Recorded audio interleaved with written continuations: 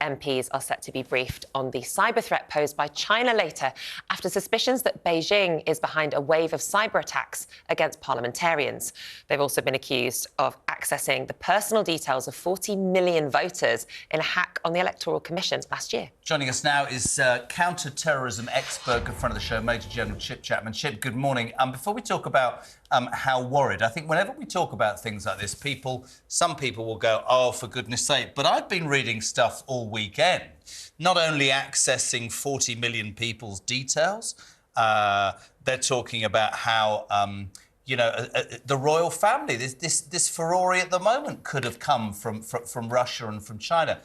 What is the reality for people waking up this morning? What should they think about these headlines that are everywhere, frankly?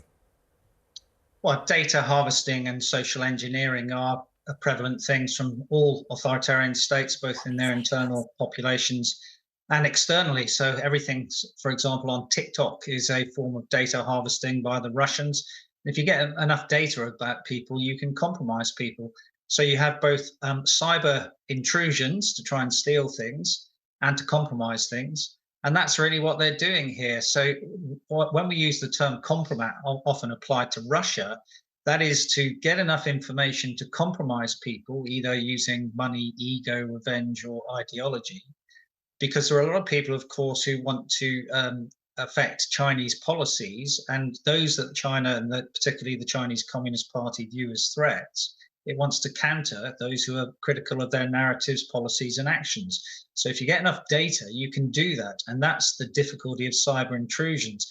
Now, everything can be intruded in one sense or another, because the father of cryptography, Turing, that great man from the Second World War, did say that there's no such thing as a secure door, whether front, back, or side. There are strong doors in various degrees of security, but you can, make sure that you take enough actions. For example, I would never go on TikTok, to ensure that you don't compromise your actions and you don't get into these small data groups by looking at people who just follow your views. You need a large worldview, otherwise you are potentially compromised. Absolutely. Chip, you said there that you would never join TikTok. Why is that? We know that TikTok's banned in several countries around the world, predominantly in America. It's been spoken about a lot. But why would you advise people not to actually download and use the app TikTok? Well, it absolutely is to do with that thing about data harvesting.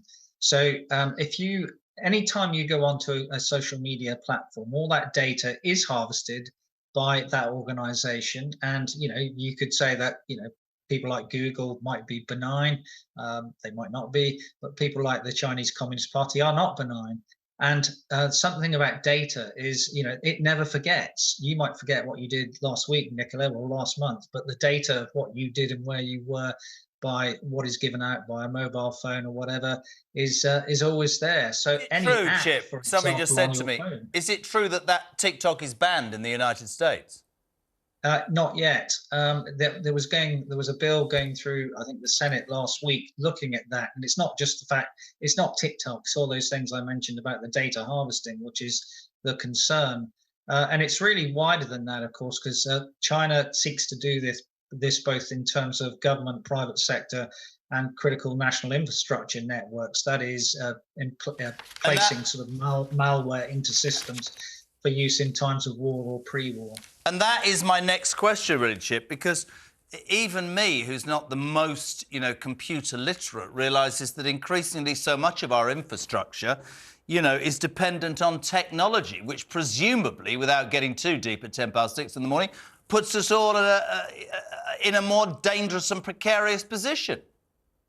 It can do, but you can air gap between digital and analog systems. And there's also never been a cyber Pearl Harbor, neither has there been a cyber Hiroshima. And, the key questions you always ask yourself in terms of this and in sort of these threats are, how did people get in? What did they touch? What is the quickest route to recovery? And there's no cyber attack which is not ever been recovered from. So it's not Armageddon, but it's that data harvesting at an individual and collective level, which is the real threat at the moment, as China seeks to exploit its advantages in terms of science and technology for the future. And Chip, we know that Over 40 million voters were hacked from the Electoral Commission last year. Obviously, that can be a lot, possibly to do with data harvesting in that case. But there's a smaller group of parliamentarians who are going to be briefed later on and told that they were targeted specifically. Do we know any more information about the way in which they were targeted and what they were targeted for? Well, again, I would think that they would be targeted for their views, which were anti-Chinese, and therefore to try and compromise them so that they either don't have those views or work either benignly or overtly for the Chinese. That's why they seek to do that. The data harvesting in terms of the Electoral Commission, how you really affect elections is not by getting 40 million people's data, it's getting the data of people in marginal constituencies and influence those by messages either from malinformation, disinformation, or misinformation, and you amplify those messages and by sort of targeted advertising via social media sites or whatever. That is how you affect elections. That was one of the things, for example, that was done in the 2016 election in America. We're both sat there open-mouthed, and it's crazy. But just briefly, because we haven't got a lot of time, I'd love to have more time. Couple of things. What does this mean for the average member of society? Waking up this morning, they hear about, the terror threat is raised. They probably listen to you talking enormous sense and think, oh, my God, or they think, oh, rubbish, whatever, I'm going to get on with my life. What should your average person be thinking this morning, Chip? Well, we are in a digital age, and all that information is power. You don't have a mobile phone, you have a computer, which is an intrusive surveillance device. That is the world we live in. You just have to get used to that and try not to be too overt in what you do and what you say on social media and on your phone. You are tracked every hour of the day. We're not in the analog age any longer. And what should UK policymakers be doing with this information, Chip? What do you think the UK needs to do in order to protect itself from cyber attacks of this nature? Well, you certainly don't want to let Chinese technologies into your system, because that can be a route for the use of cyber techniques and tools against you. But it's also worth saying that both the UK and the US are cyber superpowers, which in extremis that we could deny, degrade and destroy other groups' systems.